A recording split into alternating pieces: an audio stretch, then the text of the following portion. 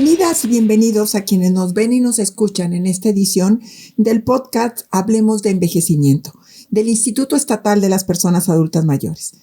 Agradecemos al magistrado del primer tribunal colegiado en materia civil del cuarto circuito, Antonio Ceja Ochoa, que nos acompaña. Tenemos un tema maravilloso, el espejo de las mujeres invisibles. Magistrado, el espejo de las mujeres invisibles. Sí, buenos días. Pues aprovecho para dar las gracias a la doctora Mirna por esta gran oportunidad de compartir con el público, que es mucho el que tiene ella y que escucha y ve pues estos esfuerzos que hace esta institución tan importante para las personas adultas mayores. Y un privilegio estar aquí con ustedes. Gracias, magistrado, de veras.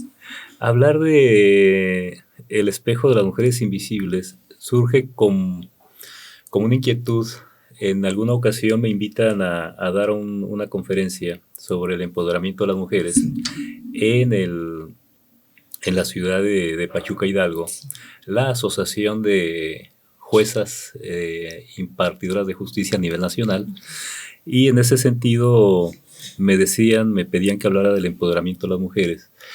Y yo traté de reflejar más bien el empoderamiento de mujeres invisibles, que son extraordinarias y que todos las conocemos y que desgraciadamente muchas veces pues parecen inadvertidas para toda la sociedad. Así es, y una gran cantidad de mujeres invisibles son adultas mayores. Sí. Creo que son las más invisibles todavía. ¿Sí? Quizá en el desarrollo de la vida de una mujer, la parte desgraciadamente más vulnerable de ella es cuando llega a ser una persona adulta mayor. Así es. ¿Sí?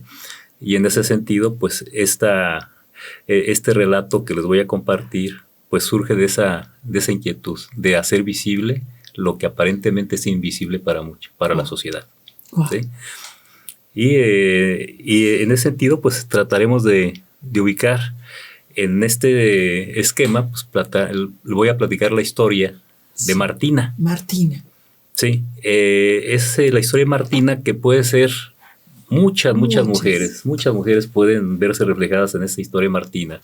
Y dentro de esta historia de Martina hay muchas historias de otras mujeres también que son extraordinarias y que tratamos aquí de visibilizar. Sí. Wow. Entonces, escuchamos. Lo vamos a escuchar y lo platicamos después de esto. ¿Qué les parece? Y este relato me ayudó de manera muy, muy importantísima para llevarlo a cabo el licenciado David Israel Domínguez, que es un secretario de Estudio y Cuenta del tribunal que trabaja conmigo. Correcto. Entonces, él tiene esa participación también en este relato. Uh-huh. Voy a iniciar. ¿Sí? La historia de Martina. La suya no era una vida fácil, cómoda o dichosa, a pesar de tener siempre la sonrisa a flor de piel. A sus 15 años y pocos meses más, Martina era una adolescente que nunca pudo ir siquiera a la escuela y, sin embargo, ya tenía problemas de mujer. Era la única entre 4 hermanos varones. Nació en el seno de una familia pobre, venida de otro estado, en la cual todos trabajaban desde que podían. A ella la educaron y la educaban para ser sumisa, para formar y atender una familia y bajo un estricto control de su padre, siempre presente en todo. Sensible, creció sola en medio de todos, con una madre sometida a los caprichos de un padre machista y controlador. A pesar de eso, aprendió a leer y escribir con una de sus tías, hermana de su madre, mientras le enseñaba los secretos de manejar una máquina de coser industrial. Procuraba leer todo lo que podía, pero no era mucho. No era una costumbre en su casa. La vez que pidió un libro, su papá, riéndose, le contestó. Le gritó en realidad, burlándose, agrediendo sus ganas de saber, que no lo ocuparía en la vida. No naciste para saber, tonta, sino para servir. Era una frase que había escuchado muchas veces durante sus 15 años, pero con la que, por alguna razón, no había terminado nunca de identificarse. Martina conoció a Luis en la misma maquiladora donde trabajaba y se enamoró de él, o de cómo hablaba. Era un niño con cuerpo de hombre, o al revés, según la óptica de cada quien. Un obrero un año menor que ella, que ayudaba en el sindicato, a capacitar a quienes iban contratando. Ahí lo vio por primera vez. Comenzó con él una relación sin decirle a nadie. A los pocos meses le platicó que haría un corto viaje a Oaxaca con unos amigos del sindicato para asistir a una asamblea y la invitó. Fue una decisión difícil para ella, pero a la vez sencilla. Desde luego aceptó, aunque tuviese que irse a escondidas. Siempre había tenido ansia de conocer eso que le decían que era el mundo y ella solo había visto en pantallas. Un instinto interior la impulsaba a siempre conocer más, a ver más, a sentir más. El mismo instinto que le hizo aprender a leer y escribir, pensó en alguno de los últimos días, le ayudó a decidir que sí. No era cándida o inocente. Bastantes historias había escuchado ya como para ignorar lo que podría ocurrir, las consecuencias que pudiera tener irse de su casa sin avisar y no llegar en unos días. Sabía desde luego lo de Sandra, una muchacha que trabajó en la misma maquiladora, pero en la parte de las selladoras se comentó mucho. A ella sí le había ido mal. A sus 23 años, Sandra ya tenía 2 hijos de 2 papás y en esa época compartía vida con un tal Roberto, a quien nunca nadie de la fábrica conoció, hasta cuando vieron su fotografía publicada en la sección policíaca del periódico. Fue poco después de que decidieron vivir juntos cuando se perdió la ilusión. Discusiones y peleas sin fin dieron paso a una ruptura dramática de la relación decidida por Sandra. Pero Roberto nunca aceptó esa nueva realidad. Insistía en otra oportunidad y otra y otra. Ella no quería, le tenía miedo. Ya le había tocado denunciarlo. La última vez que vino a trabajar, le contaron, se le miraba el miedo. Ya no la volverían a ver. El hombre la mató para dar fin a una discusión. El periódico contaba que él intentó suicidarse inmediatamente después, pero que la policía lo había evitado. Una vida perdida en el dolor y el sufrimiento. Tan olvidada estuvo que el día más importante de su existencia fue el de su muerte. Eso pensaba Martina. Ella, a pesar de todo y por eso mismo, fue siempre de natural rebelde. El último mes y medio sentía crecer una especie de rabia en el pecho que, sin darse cuenta cómo, crecía y crecía. La vida superó las expectativas y hasta sentía que la rebasaba. Cualquiera hubiese dicho que a sus 15 años tenía la alegría innata de la adolescencia, no más de ver sus ojos llenos y su sonrisa chispeante, con la tranquilidad de quienes tienen toda una vida por vivir. Pero no era su caso. Martina tenía problemas graves de adulto que no sabía cómo resolver. A ella nadie la engañó. Cuando decidió irse, incluso cuando decidió acostarse con Luis, a pesar de todos sus temores, sabía las posibles consecuencias. Lo había aprendido en uno de los libros que leyó a escondidas, pero pensó que a ella no le ocurriría. Al fin y al cabo, eran solo 3 días de paraíso. Nada le pasaría. Pero le pasó. Sí. Ese viaje le cambió la vida. Para no preocupar a la familia, cuando se fue, dejó escrito en un papel dónde estaría, explicando a sus papás que la mandaban de la fábrica a cumplir unas tareas del sindicato que debía realizar pronto y a las cuales le era muy importante asistir, y por eso no había alcanzado a pedir permiso. Pero eso no colmó la furia de su padre. La corrieron de su casa. De hecho, ni siquiera quisieron recibirla cuando regresó de un viaje que, hasta entonces, le había parecido fascinante. Regresó con sus ojos llenos de otros cielos y montañas y colores. Su alma estaba llena de felicidad y de esperanza. Pero por eso al principio no lo creía. Fue su madre quien le entreabrió la puerta, apenas asomándose, con el temor reflejado en el rostro, el labio temblándole de nervios y un discurso que, seguramente, era el que le había recitado su padre a todos en la casa los últimos días. En pocas palabras, le dijo que en esa casa ya no tenían hija. La única hija que había vivido ahí mancilló el honor de la familia y ya no era más. Para nosotros, muerta y enterrada, le escuchó decir. Lo único que le dieron fue una caja de cartón con sus pocos afectos personales, y lo último que vio antes de que le azotaran la puerta fue una mirada cargada de reproche. ¿Qué hacer? ¿A dónde ir? Me corrieron de la casa, pero nunca nadie me correrá de mi propia vida, decidió, más por instinto que por reflexión. Algo en su interior se dio cuenta perpleja, comenzaba a agitarse y a cambiar. Al principio, claro, todo fue una fiesta. Se acomodó con Luis en el cuarto de la azotea de la pensión donde éste vivía. Por unos días se sintió mujer, de algún modo mágico, liberada de sus padres y dueña de su vida. En el horizonte, el destino se ofrecía, por una vez, por entero a su disposición. Sentía, en fin, que a partir de entonces todo sería mejor.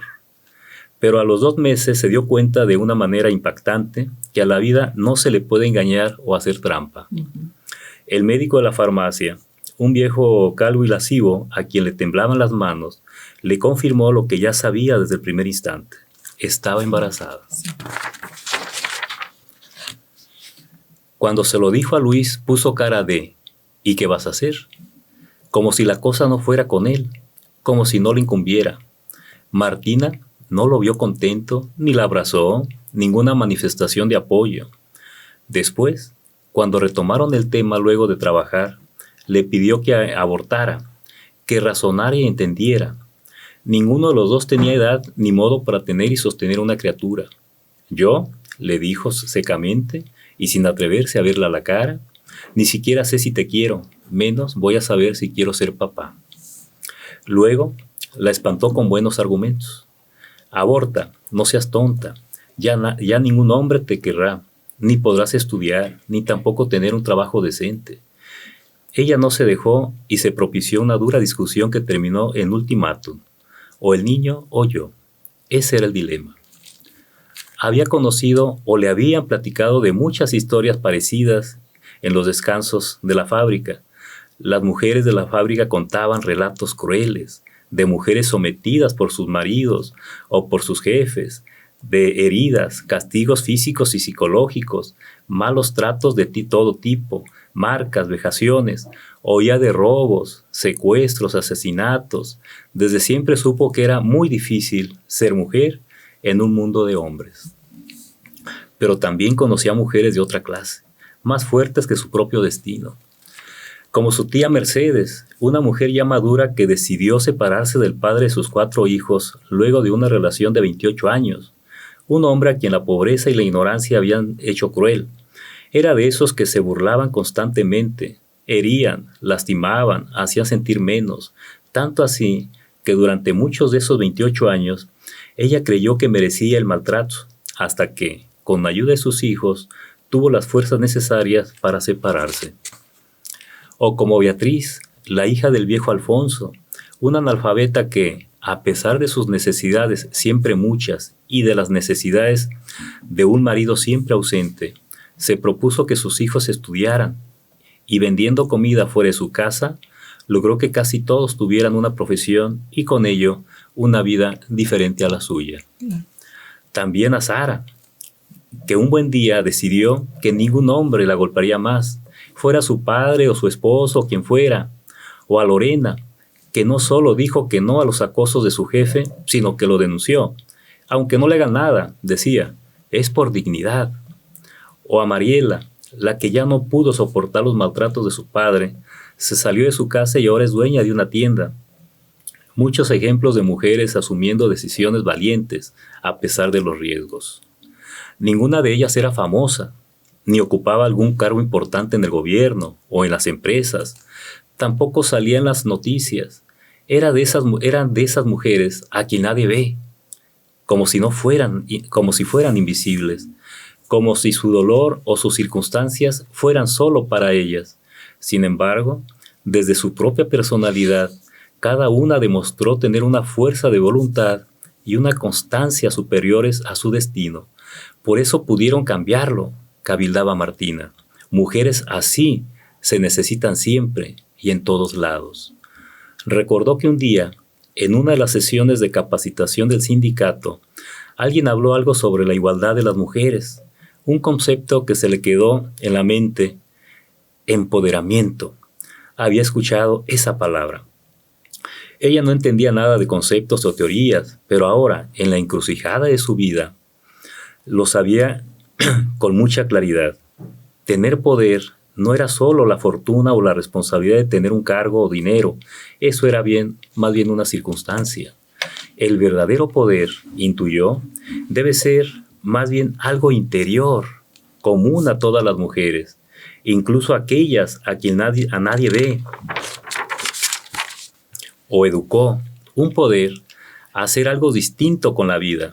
Eso, un poder decidir en función de lo que nace del propio corazón, sin condicionamientos de un padre o un marido o un jefe o de cualquier costumbre social que signifique hacerme menos. Empoderarse es tomar el control de la propia vida, se dijo Martina. Decidir qué hacer con ella y cómo, sin depender de la voluntad o el capricho del otro, porque no solo se trata de tener, sino de vivir sin tener miedo, ni necesidad de agravar o servir a otros. Ese poder interior, pensó, es lo que debió permitir a todas aquellas mujeres aparentemente invisibles e ignorantes, indefensas, pobres, enfrentarse a la vida y ser mejores que sus propias circunstancias.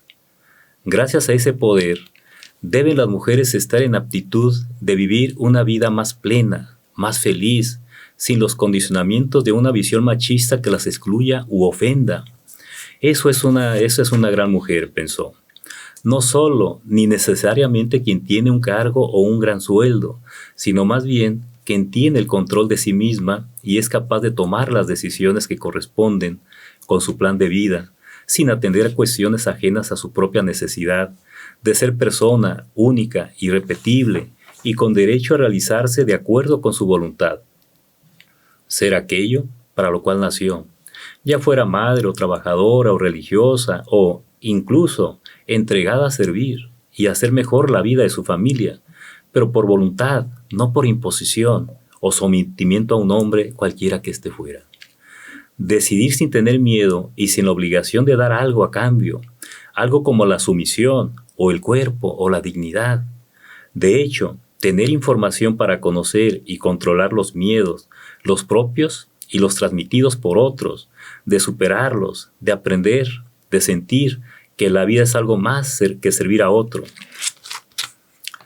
No hay poder más grande, se dijo al fin en voz alta, que poder hacer algo en beneficio de mi vida, de poder decidirla libre e informadamente, libre de aquellos temores y de cualquier condicionamiento propio o impuesto, o adquirido o transmitido por la educación o formación de otros, libre, en fin, de todo lo que sea ajeno a las necesidades que brotan de mi corazón y de mi ser, para ser yo misma, para ser aquello que me da felicidad y me permite sentirme feliz y realizada como ser humano, ser aquello para lo que yo nací.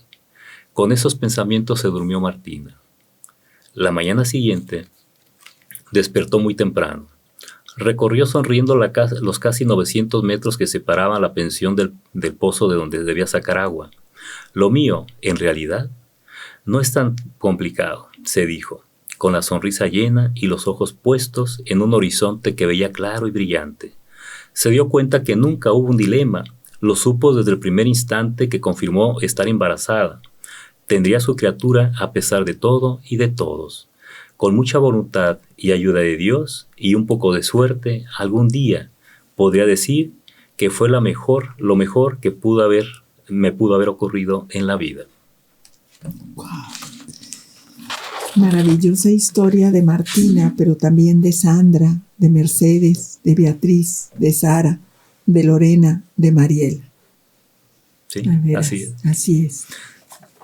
Pues aquí, como ven, esta historia tratamos de hacer visible muchas historias que todos los días suceden en nuestra sociedad, en nuestras familias, y que desgraciadamente son invisibles. Dentro de esas historias, pues son historias verdaderas, que yo conocí a varias de estas personas, entre ellas incluso mi mamá. Sí. Mi mamá es una persona analfabeta, nacida en una comunidad muy apartada de la sociedad, y no obstante esa condición de que no tuvo la oportunidad de estudiar, siempre nos inculcó la intención de estudiar. Así es. Y en mi familia, pues todos somos profesionistas. Claro. ¿Sí? Entonces, creo que es un ejemplo como ella y las otras que ahí reflejo, pues son personas que conocí físicamente y que quise que tuvieran una presencia en este relato que, como ustedes ven, refleja una realidad que estamos conociendo todos los días, desgraciadamente. Y que esto a las mujeres adultas mayores les afecta más, o nos afecta muchísimo más esta invisibilidad. Por eso tenemos que decir no seamos invisibles, sino denunciar. Por ejemplo, me encantó la que dijo, sufrió acoso de su jefe y denunció. No sabía el resultado. Quizás el resultado de la denuncia no iba a ser positivo para ella, pero no iba a permitir no denunciar. Y podemos decir muchísimas de las historias, esta voluntad de Martina de continuar y sacar adelante a su hijo, a su hija, y esta tía, esta tía que le inculcó y le enseñó a leer y a escribir. Sí. Sí, sobre todo creo que la historia de la mujer, desde que nace, biológicamente tiene una vida, un desarrollo de su vida, pero cuando más vulnerable es cuando son las personas adultas mayores. Así es. ¿Por qué? Porque la sociedad como que las va olvidando más esa protección especial que deberían tener. Y como si su mamá nos hubiera propuesto que todos ustedes, sus hijos, sus hijas estudiaran, la vida hubiera sido diferente para ustedes. Sí, yo creo que muy seguramente pues no hubiéramos tenido esta oportunidad ahora de estar aquí frente contigo misma y hacer mi actividad como funcionario federal, como magistrado federal.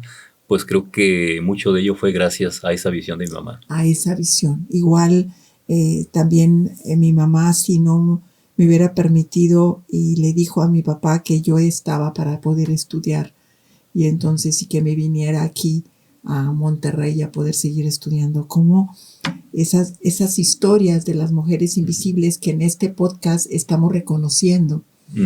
Entonces, pero que son tan fuertes para poder tomar decisiones y no ser víctimas de violencia, ¿verdad? O sea, sí, sobre todo creo que si bien en estas historias de las mujeres, yo estoy convencido que dentro de una estructura familiar, quien tiene la iniciativa siempre de trascender es la mujer. Así es. Ella misma, a veces por su situación, no le alcanza la posibilidad de ella misma, pero qué mayor trascendencia que ver a sus hijos que se desarrollan de manera adecuada y que son hijos de bien. Y la visión siempre de la mujer va más allá de una cuestión a lo mejor patrimonial. Sí. Va más allá, va hacia los valores, hacia la integridad del ser humano.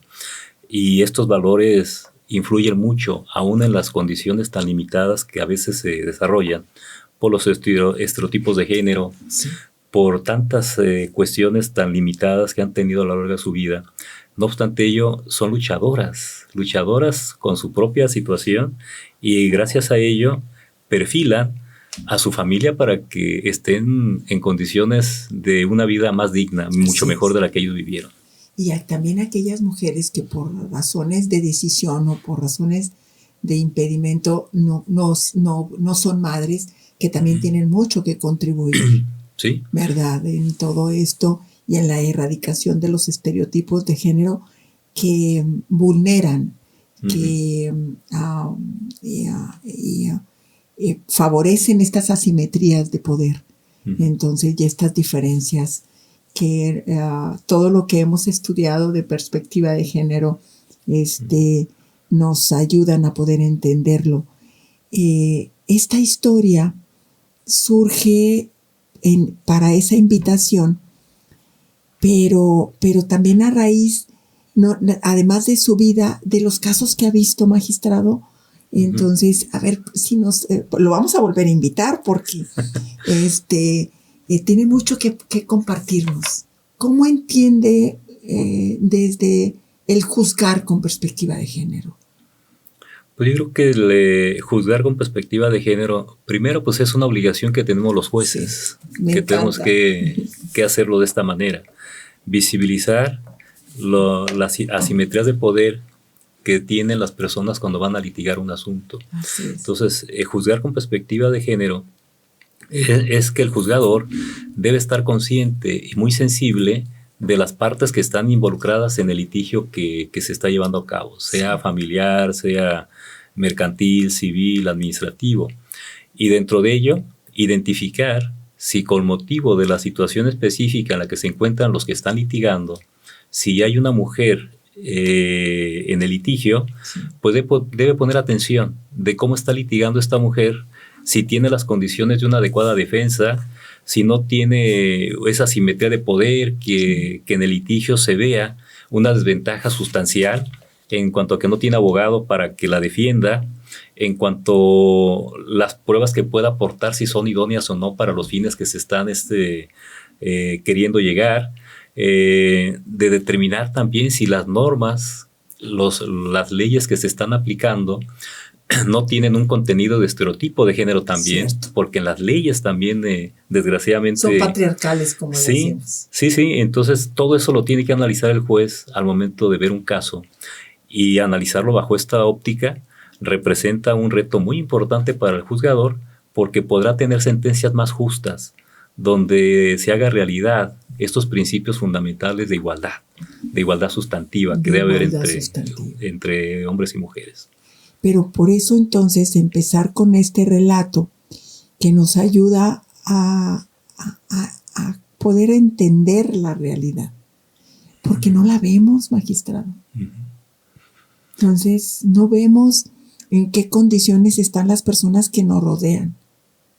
No escuchamos, vamos tan activamente en nuestra vida que luego no aprendemos a verdaderamente escuchar a las personas como Martina, ¿verdad? Sí, sobre todo si tenemos como antecedente de esta perspectiva de género, pues son las sentencias condenatorias que el Estado mexicano tuvo por parte de la Corte Interamericana de Derechos Humanos, y que de ahí surge toda esta revolución o esta reforma constitucional que introdujo en el centro de la discusión los derechos humanos, y dentro de ellos la perspectiva de género. Así es. ¿Sí? Más porque si recordarán el caso muy emblemático del caso Algodonero, o las muertas de Juárez, pues ahí la Corte Interamericana destacó las omisiones, negligencias sistemáticas de las autoridades que tenían que investigar este tipo de delitos de violación o desaparición de mujeres. Y ahí destacó todo lo que nos faltaba por construir. Y tuvo que venir esta reforma constitucional y sobre ello pues dar un giro de 180 grados a la estructura normativa que teníamos y a una capacitación integral a todas las autoridades del país para que pusiéramos atención específica en estos asuntos tan delicados que tuvimos. Tan delicados que tuvimos y que nos obligó a incorporar la perspectiva de género. Esta perspectiva que también la tenemos que incorporar en las historias de las personas adultas mayores, de las mujeres adultas mayores, como Martina, como Sandra, como Mercedes, Beatriz, Sara, Lorena, Mariela, que el YEPAM tiene un compromiso de que precisamente no sean invisibles, que sean visibles sus historias en el conocimiento de todo este compromiso de las personas que rodean a las personas adultas mayores. Porque también nos podemos encontrar historias en donde sea Pedro, Juan, Manuel, Jacinto, etcétera, en donde son personas adultas mayores y que también se convierten en invisibles, ¿verdad? Sí, sobre todo creo que si vamos a esta parte de las personas adultas mayores, sean hombres o mujeres, pues veíamos que también cuando se quieren defender sus derechos se encuentran muchas trabas o pueden encontrar muchas trabas para ejercer los derechos que tienen, derechos patrimoniales, derechos de dignidad, derechos que están en la Constitución, a la salud. tan importante, ¿no? A una pensión. A una pensión, o sea, son derechos que están establecidos en nuestras leyes y que a veces en la forma de ejecutarlos hay mucha limitación y ellos se sienten muy vulnerables porque no hayan a dónde acudir o cómo tienen que hacerle para hacer valer esos derechos de que por sí son merecedores, porque una pensión es un derecho de 30 años por lo menos de servicio, de trabajo. Entonces su pensión es una cantidad mínima para un mínimo vital, pero que le permita tener lo mínimo para seguir viviendo. Para seguir viviendo.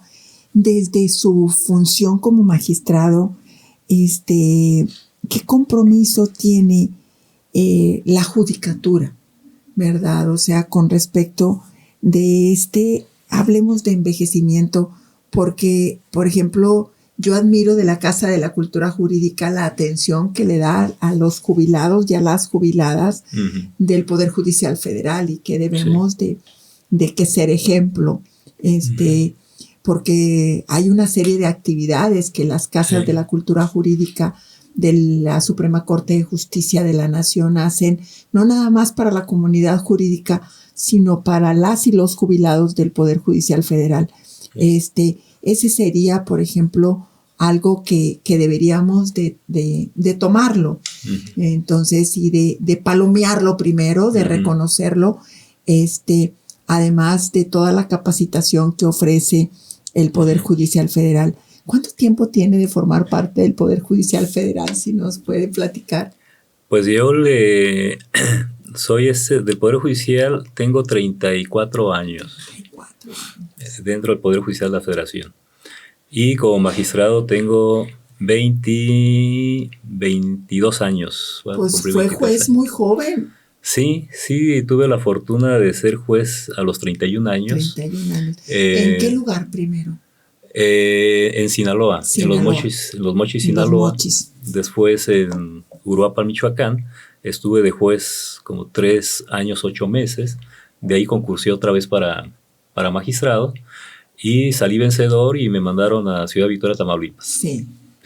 Y como juez, pues soy del primer concurso de oposición a nivel nacional aquí en México. Recordarán que en el 94 hubo una reforma constitucional donde la designación de jueces y magistrados se le dio al Consejo de la Judicatura Federal y esto hizo que hubiera concursos internos de oposición y yo soy producto de ese primer concurso. De ese primer concurso, por eso.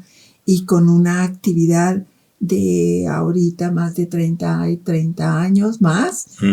Y magistrado, ¿cuántos años tiene? Decía? De 11 de septiembre del 2000. ¿Y aquí en Nuevo León? Aquí en Nuevo León tengo 8 años. Ya, 8 años. Sí. ¿Cómo vamos?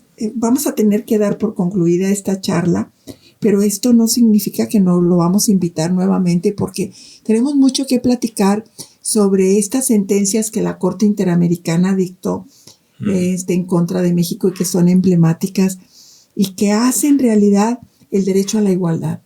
Entonces, ¿cómo a golpe de sentencias, me gusta a mí decirlo, ¿sí? ¿Cómo partimos en esta, primero de estas historias de mujeres como Martina y luego llegar a que puedan ellas estar empoderadas? Yo creo que ese es un reto fundamental que se tiene y que lo tenemos que construir entre todos. Entre todos. Yo lo que he dicho en conferencias que me han dado la oportunidad de intervenir es de que el hombre no tiene que sentirse como enemigo de la mujer. No. Yo creo que el varón, las nuevas masculinidades son muy necesarias. Tenemos que reconstruirnos, reeducarnos como sociedad, tanto hombres como mujeres. Y en este sentido el varón tiene un papel fundamental también. Ya tenemos la denominación de la nueva invitación para invitar al magistrado a Ceja que nos hable de las nuevas masculinidades y toda esa participación de los hombres para poder hacer realidad el derecho a la igualdad, ¿no? Claro, con mucho gusto. Muy bien, pues no nos queda más que despedirnos y decirles gracias a todas y todos por vernos, por escuchar este episodio y que ya tenemos el compromiso para volver a invitar al magistrado Antonio Ceja Ochoa, magistrado del primer tribunal colegiado en materia civil del Cuarto Circuito. y es un honor haberlo tenido aquí en el Instituto Estatal de las Personas Adultas Mayores. Mucho gusto, muy agradecido y es un honor estar aquí con ustedes. Gracias. Hasta pronto.